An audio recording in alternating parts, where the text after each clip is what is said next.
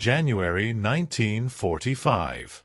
The Hessian countryside is a portrait of monochrome desolation, a world bled of its color and vitality by 6 years of total war. In the small village of Gmunden, the dawn arrives not with the promise of light, but as a cold, oppressive weight. The air is thick with the scent of damp pine and the acrid, lingering ghost of wood smoke from hearths that have little left to burn. Here, the frost clings to the skeletal remains of orchard trees like a shroud, and the silence is so profound it feels brittle. For the women of the village, the morning begins with the rhythmic, hollow scrape of wooden clogs on frozen earth, the sound of the search for fuel. Their hands are chapped to the point of bleeding, their stomachs accustomed to the rhythmic gnawing of a hunger that has become a permanent resident. They are the survivors of a home front that has traded everything for a victory that no longer seems possible. Behind the shutters of timber-framed houses, there is a frantic, whispered preparation. For months, the airwaves and the town square posters have painted a terrifying picture of the coming storm. They expect the Amos to arrive as a vengeful, primitive horde, a mongrel army of looters and monsters who will burn what remains of their dignity. The propaganda has been clear. The Americans are a soft, decadent people, yet capable of unimaginable cruelty once unleashed. In the minds of these women, the end of the war is equated with the end of civilization itself. They hide their few remaining valuables, a silver spoon, a wedding ring, under floorboards, bracing for the impact of a steel-toed boot against the door. But as the first light of the sun struggles to pierce the iron-gray clouds, the sound that greets them is not the scream of sirens or the staccato of small arms fire. Instead, it is a low, rhythmic thrumming that vibrates in the very marrow of their bones. It is the sound of thousands of heavy engines, a mechanical heartbeat that signals the approach of a logistical leviathan. From the ridgeline, the first olive-drab shapes begin to emerge. They are not the ragged, horse-drawn columns of the retreating Wehrmacht, but a seemingly endless procession of trucks, jeeps, and half-tracks, each one laden with a wealth of equipment that defies local comprehension. The women watch from behind lace curtains, their breath fogging the glass, as the steel tide rolls into their cobblestone streets. The soldiers who jump from the tailboards do not look like the starving, desperate men they were told to fear. They are tall, broad-shouldered, and draped in heavy wool and waterproof canvas. They move with a casual, almost arrogant confidence, their pockets bulging with cigarettes and chocolate. To a population that has lived on ersatz bread made of sawdust and potatoes for years, the sheer physical presence of these newcomers is the first shock. These are men who have never known the rationing of calories, only the rationing of time. They carry with them the weight of an industrial giant, and as they begin to unroll communication wires and set up field desks, the village of Gmunden is forcibly integrated into a world of incomprehensible abundance. The frost remains, but the air is beginning to change, carrying with it a strange, sweet scent that seems to belong to another continent entirely. A scent that will soon challenge every ideology they have ever known. The shadows in the village grew longer as the mechanical pulse of the American arrival settled into a rhythmic hum. To understand the profound shock felt by the women of Gmunden, one must look beneath the immediate fear and into the years of psychological conditioning that preceded this winter morning. For over a decade, the National Socialist apparatus had carefully curated a vision of the world divided between the disciplined, ascetic master race and the chaotic, materialistic Untermenschen of the West. In the state's narrative, the Americans were a people without a soul, a conglomerate of disparate ethnicities held together only by a love for gold and shallow entertainment. The German civilian had been taught that their own deprivation was a badge of honor, a necessary sacrifice for a higher spiritual purpose. To be hungry was to be pure, to be cold was to be strong. By 1945, the reality of the home front had become a nightmare of austerity. The Eintopfentag, the one-pot Sunday meal, had transitioned from a voluntary charitable act into a desperate necessity. Coffee had long ago been replaced by burnt acorns and chicory. Tobacco was a memory, and the bread, dark and heavy, was increasingly cut with sawdust to stretch the dwindling grain supplies. The average German housewife spent hours in lines for a handful of shriveled rutabagas, her loyalty to the state tested by the constant, hollow ache in her children's bellies. They believed that the Americans, coming from a land of supposed jazz and decadence, would be frail and disorganized.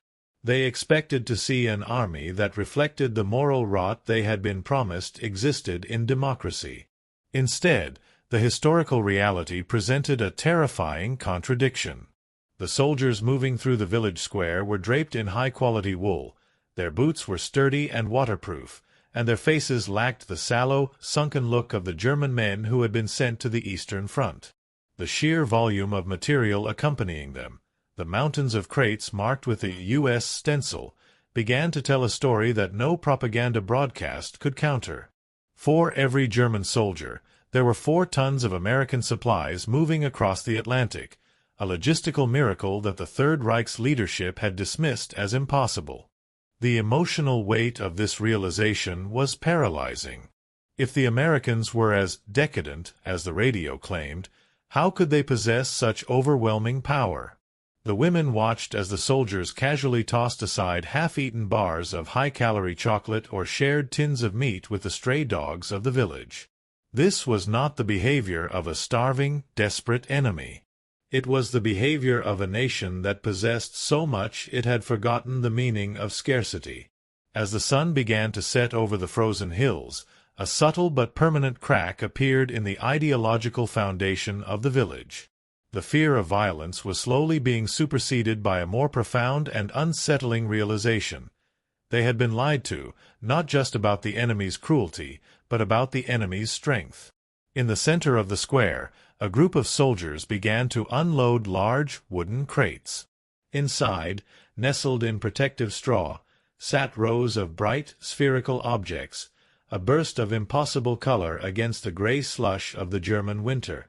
The oranges had arrived, and with them, a silent herald of the world that was about to replace their own. The mechanical roar intensified as the lead units of the 3rd Armored Division rumbled through the narrow thoroughfares of Gmunden. To the women peering through the slats of their shutters, the sight was a jarring departure from the retreating German columns they had witnessed weeks prior. Those had been men of ash and bone, pulling horse-drawn wagons and wielding rusted implements of a dying empire. The Americans, by contrast, arrived in a symphony of oil, steel, and internal combustion. They moved with a terrifying fluid efficiency, the heavy treads of Sherman tanks grinding the frozen mud into a slurry. Every vehicle seemed to groan under the weight of excessive supplies, spare tires, rolls of copper wire, and burlap sacks overflowing with dry goods. This was the face of the great arsenal of democracy, a force that did not merely fight with bullets, but with a relentless industrial momentum that the German High Command had once arrogated to itself. The soldiers who dismounted were a study in physical vitality. Their uniforms, though stained with the grime of the front, were thick and multi-layered, a stark contrast to the thin, recycled wool of the Volkssturm. As they moved into the village square, they did not immediately seize hostages or establish execution squads, as the darker rumors had suggested. Instead, they moved with the brisk purpose of craftsmen arriving at a job site. They occupied the town's largest tavern and the communal hall, not for tactical defense, but for administrative and quartermaster housing. The women watched as huge, canvas-topped trucks backed up to these buildings, unloading crates with a casual disregard for their value. The sheer physical stamina of these men who stood 6 inches taller on average than the malnourished locals, spoke of a lifetime of protein, milk, and fruit.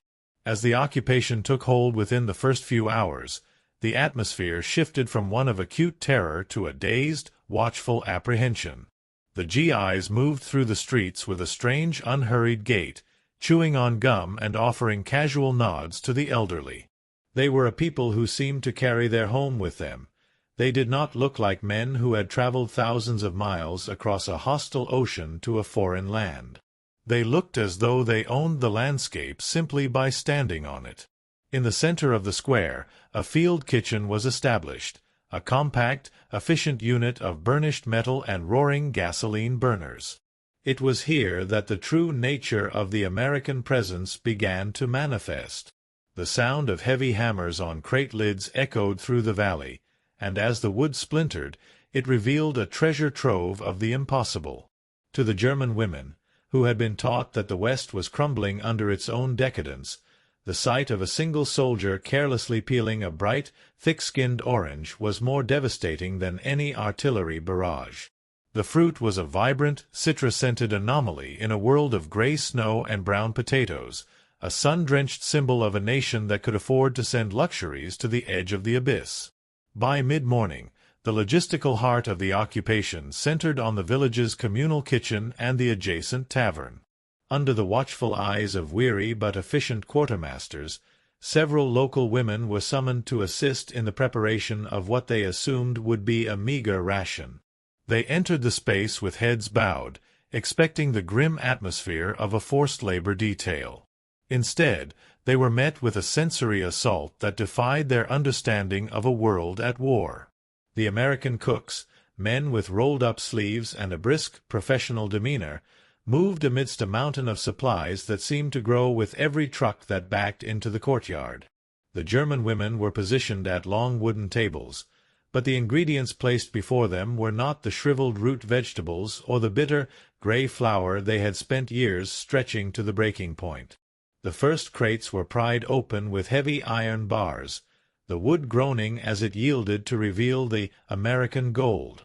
There were sacks of flour so white and fine it looked like fallen snow, a product of the vast, untouched wheat fields of the Midwest. There were tubs of real, salted butter, and tins of lard that shone with a clean, fatty promise.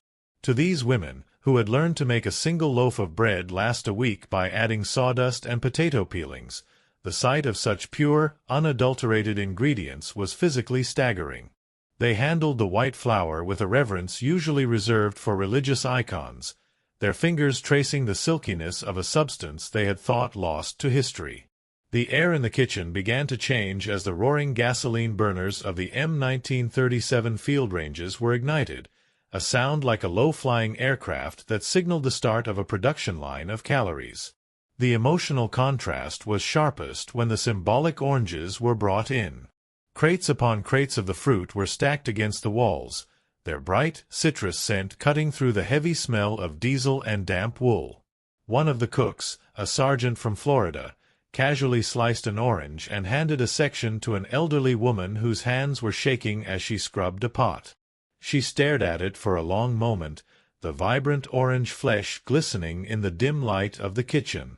It was a fragment of the sun, transported thousands of miles across a submarine-infested ocean just to feed a soldier at the front.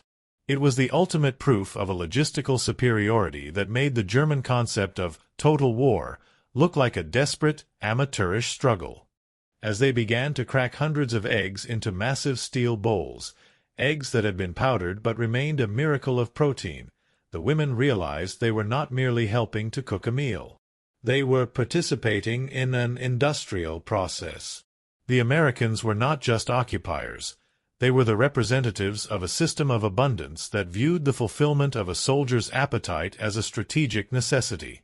The sound of the orange peels hitting the floor, a soft and rhythmic thrum, became the soundtrack to their burgeoning realization. Democracy was not the decaying, weak ideology they had been promised. It was a force that could harness the sun itself and serve it for breakfast in a frozen German village. The kitchen, once a place of desperate scarcity, had been transformed into a temple of plenty, and the women of Gmunden were the first converts to the reality of the coming age. The scent of abundance began to saturate the very stonework of the village, a thick, heady perfume that felt almost violent in its intensity. It was the smell of sizzling bacon fat, a heavy, smoky aroma that had not been smelled in Gmunden since the invasion of Poland. To the German women working in the kitchen, this olfactory assault was a biological revelation. In the Third Reich, the civilian ration of meat had plummeted to a mere 250 grams per week, often consisting of gristle or low-grade offal. Here, in a single morning, The Americans were rendering down more animal fat than the entire village had seen in a year. The soldiers moved through this haze of calories with a casual indifference that was more staggering than the food itself. To the GIs, this was merely chow, a standard logistical requirement codified in the Army's quartermaster manuals, which mandated a minimum of 4,000 calories a day for men in the field. To the women, it was a miracle of the loaves and fishes, performed with gasoline burners and steel spatulas. Factual records of the era reveal the staggering scale of this nutritional offensive. While the German soldier in 1945 was often reduced to Zwieback biscuits and a thin soup of dehydrated vegetables, the American supply chain was pumping millions of tons of high-quality protein toward the front. This was the victory food policy in action, a calculated strategic decision to maintain the morale and physical dominance of the individual soldier. The women watched as the cooks opened massive industrial tins of peaches swimming in heavy syrup, the golden fruit glistening like jewels. They saw the introduction of white sugar, poured with a reckless hand into giant vats of steaming, dark coffee. Real coffee, not the bitter acorn substitute that had stained German porcelain for years. The contrast was a physical ache. The emotional reflection of the women was one of profound disorientation. They had been told that their sacrifice was building a 1,000-year empire, yet here was an army that treated luxury as a mundane necessity. The recurring symbol of the orange took on a new, almost spiritual significance in this environment. As the cooks prepared the breakfast, the discarded peels piled up in the corners, their vibrant rinds a stark, neon contrast to the dirt-streaked floor. One woman, her face etched with the lines of years of deprivation, surreptitiously picked up a discarded peel and pressed it to her nose, inhaling the oil of a fruit that required a vast merchant marine and undisputed control of the seas to reach this landlocked Hessian valley. The orange was the ultimate proof of the Atlantic Charter. It was the scent of a world where the oceans were not barriers, but highways for the transit of prosperity. The American breakfast was not just a meal. It was a demonstration of a civilization that had mastered the Earth's resources. As the first trays of food were carried out to the waiting men, the women of Gmunden realized that the war had not been lost on the battlefield alone. It had been lost in the factories, the orchards, and the kitchens of a distant, shimmering democracy that cared enough to send the sun to its soldiers in the dark of a German winter. The heavy oak doors of the communal hall swung open, and the first wave of GIs filed in from the biting morning air. They did not come with the rigid, mechanical precision of the Prussian drill. They moved with a loose-limbed, boisterous energy, shaking the snow from their field jackets and rubbing their hands together in anticipation. The German women stood by the serving stations, their eyes wide as they witnessed the final assembly of the American breakfast. Before them sat massive heated trays filled with scrambled eggs, glistening links of pork sausage, and piles of pancakes stacked high like towers of golden coins. This was the moment of direct interaction, a collision of two worlds across a literal and figurative table. The women watched, mesmerized and horrified in equal measure, as the soldiers began to eat. To the German observers, the manner in which the Americans consumed their rations was as shocking as the food itself. There was no sense of the desperate, guarded hoarding that characterized life under the Reich. Instead, the soldiers treated these luxuries with a casual, almost reckless disregard. They poured thick, amber maple syrup over their pancakes with heavy hands, let butter melt into deep pools on their toast, and stirred multiple spoonfuls of real sugar into their steaming mugs of coffee. In the eyes of the women, this was not merely eating. It was a display of obscene wealth. They had spent years carefully measuring every gram of fat, every pinch of salt, and every crust of bread. To see a young man from Iowa or New Jersey leave a half-eaten sausage on his tray or discard a piece of white bread because it was slightly burnt was a visceral blow to their sense of order. The confusion deepened as the soldiers began to share. Without the permission of their officers or the prompting of a decree, the GIs began to gesture for the local women and their hiding children to join them. A soldier would slide a bowl of peaches toward a wide-eyed child or hand a whole, unpeeled orange to a woman whose hands were still stained with the gray soot of her cold hearth. This casual generosity was not the calculated charity of a political party. It was the natural impulse of a people who had never known the true meaning of none. The historical reality of the American GI was that he was the best-fed soldier in history, backed by a domestic economy that was producing more food in 1945 than at any point in human record. For every soldier at the front, the United States was producing 5 pounds of food per day. The symbolic orange appeared once more, passed from a freckled hand to a withered one. As the woman peeled it, the bright, stinging spray of the zest filled her senses, a sharp contrast to the dull, metallic taste of war. She looked at the soldier, who was laughing with his comrades, oblivious to the fact that he had just handed her a miracle. The women realized that the decadence they had been taught to despise, the supposed weakness of the democratic consumer, was actually a form of invincible strength. A nation that could afford to be so careless with its riches was a nation that could never be starved into submission. The breakfast table had become a silent battlefield where the ideology of scarcity was being systematically dismantled by the overwhelming reality of American plenty. In the quiet corners of the requisitioned hall, the orange ceased to be a mere fruit and transformed into a profound philosophical crisis. To the women of Gamundan, the bright citrus spheres were the physical manifestation of a truth they were not yet ready to vocalize, that the Third Reich had been defeated by a surplus of sunlight and logistics. The German concept of war was one of iron, blood, and the tightening of belts, a grim struggle where the civilian was expected to starve so the soldier could survive. But the American orange told a different story. It spoke of a nation that could reach across the Atlantic, navigate the treacherous, U-boat-infested waters, and deliver a fragile, perishable luxury to a muddy front line in the middle of a frozen continent. It was a logistical miracle that defied every tenet of the National Socialist worldview. This fruit was an impossibility within the framework of a continent under siege. Since the early 1940s, the hinterland had become a place of gray substitutes. They had lived in a world of ersatz, where everything was a mimicry of a better past. But the orange could not be faked.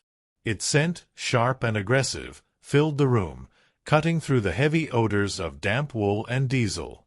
It was the scent of California groves and Florida sun, a reminder that while Germany had been digging trenches and building concrete bunkers, the Americans had been cultivating an empire of vitamin C. The historical evidence of the era shows that the United States military was the only force in history to prioritize the delivery of fresh fruit and ice cream to its combat troops as a matter of standard procedure. It was not a gesture of kindness. It was a demonstration of a power so vast that it could afford to be sentimental. As the women watched the soldiers casually peel these sun-drenched symbols, they saw the failure of their own ideology reflected in the vibrant rinds. To have an orange in January, in the heart of Germany, required a total mastery of the Earth's resources. It required a navy that owned the waves, an air force that owned the skies, and a domestic industry that could produce more than it consumed. The orange was the antithesis of the swastika, where one represented the rigid, exclusionary grip of a police state, the other represented the fluid, expansive reach of a global democracy.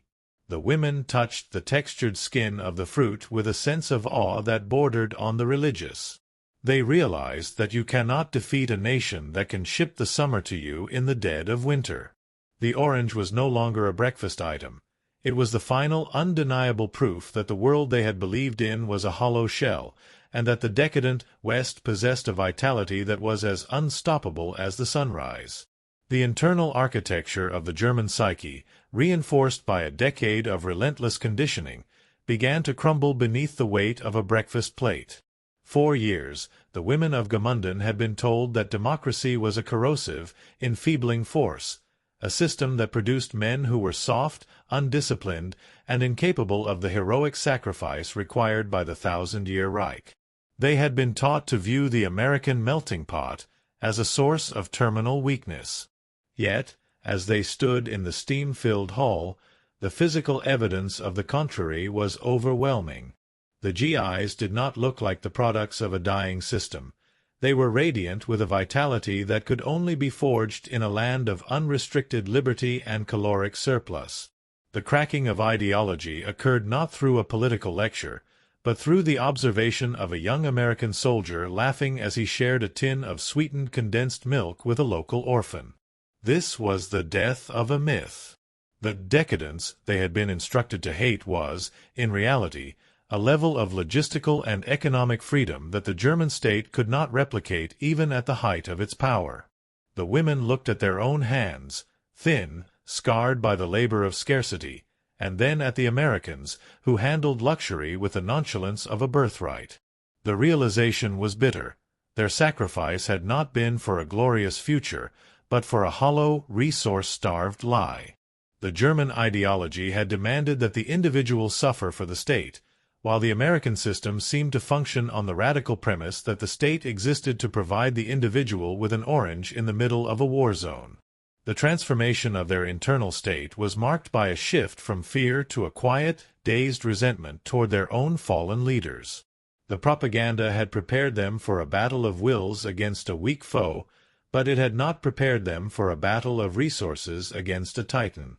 They watched as the soldiers used white bread to mop up the remaining grease of high-quality pork sausages, a casual act of consumption that would have been a week's celebration in a German household. The sheer lack of desperation in the Americans was the most unsettling factor of all. By treating the extraordinary as ordinary, the GIs were inadvertently dismantling the entire psychological framework of the National Socialist home front. The women realized that the strength of the West was not found in a rigid, goose-stepping conformity, but in an industrial and agricultural engine that saw the satisfaction of a human appetite as a fundamental component of victory. As the breakfast service slowed, the silence that returned to the hall was different than the one that had preceded it. It was no longer the silence of terrified anticipation, but the silence of people who had seen the true face of the future and realized they were standing on the wrong side of history. The magnitude of the American effort was not merely an anecdotal observation. It was a cold, mathematical reality that rendered German resistance a futile gesture.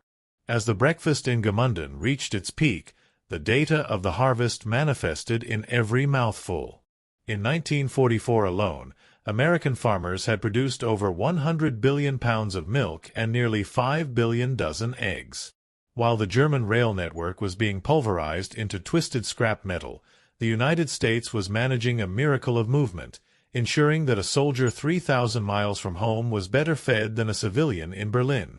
The tonnage of citrus fruit diverted to the military was staggering, with millions of crates of oranges and lemons processed into juices, concentrates, or shipped whole as a vital weapon against both scurvy and despair. This was a war won by the assembly line and the irrigation ditch as much as by the rifle. For the women watching the GIs, the sheer scale of the waste they witnessed was the most powerful data point of all. In a domestic economy that had reached its absolute limit, where every scrap of fabric and every potato peel was repurposed for the final victory, the casual sight of an American soldier discarding a partially eaten tray of food was a psychological hammer blow. To the Americans, this was a byproduct of a system that prioritized speed and saturation over the conservation of crumbs. The United States was producing over 5 pounds of food per day for every person in uniform, a ratio that allowed for the inevitable loss and spoilage inherent in global logistics. To the German mind, which had been forced into a state of hyperfrugality, this abundance felt like a direct, personal insult to the sacrifices they had been forced to make. The historical reality was laid bare on the communal hall's floor. Heaps of empty tins that once held spiced ham, empty sacks that had been filled with enriched flour, and the ubiquitous bright peels of the oranges. These were the artifacts of a nation that had not been forced to choose between guns or butter, but had somehow managed to produce an overwhelming amount of both. The German women began to realize that they were not just witnessing a meal, but the output of a continent-sized factory that had never been touched by a single enemy bomb. The data was undeniable. The American soldier was a biological elite not by birth, but by the grace of an industrial democracy that viewed the satiation of its people as a moral imperative. As the morning sun finally broke through the clouds, reflecting off the shiny surfaces of the empty American cans, the women of Gamunden stood amidst the wreckage of their own beliefs, surrounded by the factual debris of a world that had simply outproduced their own into oblivion. The mechanical heartbeat of the occupation gradually softened into a steady hum as the breakfast service in Gamunden came to its conclusion. The Americans began to pack their equipment with the same unhurried efficiency with which they had arrived, leaving behind a village that was physically intact but psychologically transformed. For the women who had labored in that kitchen, the morning of January 1945 would remain etched in their memories not as a day of conquest, but as a day of revelation. The lingering scent of real coffee and the sharp, bright ghost of citrus oil hung in the damp air of the communal hall, serving as a sensory bridge between the world they had lost and the world they were about to inherit. The orange, once a rare and impossible luxury, had become the final punctuation mark in the story of the Third Reich's collapse. The poetic reflection of this moment lies in the realization that the most effective weapon in the American arsenal was not the Sherman tank or the P-51 Mustang, but the overwhelming abundance of the individual soldier's breakfast. It was a victory of the assembly line over the bunker, of the orchard over the trench. The German women had been prepared to face a cruel and primitive enemy. Instead, they had been confronted by a civilization that viewed the fulfillment of human appetite as a prerequisite for peace. This abundance was the ultimate expression of the democratic ideology, a system that, for all its flaws, possessed a vitality that could not be starved or beaten into submission. To share a meal was to share a vision of a future where the oceans were no longer battlefields, but conduits for the transit of prosperity and dignity.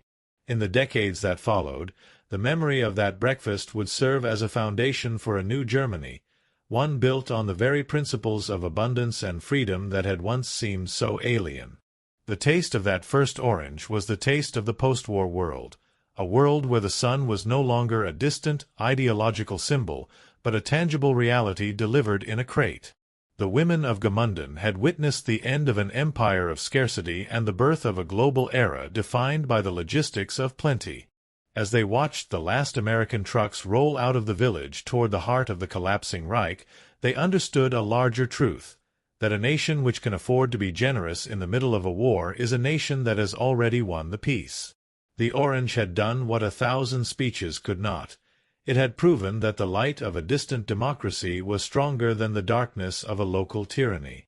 Under the cold Hessian sky, the frost began to melt, and for the first time in a generation, the people of the village looked toward the horizon not with fear, but with the quiet, persistent hope of a world that would never be hungry again.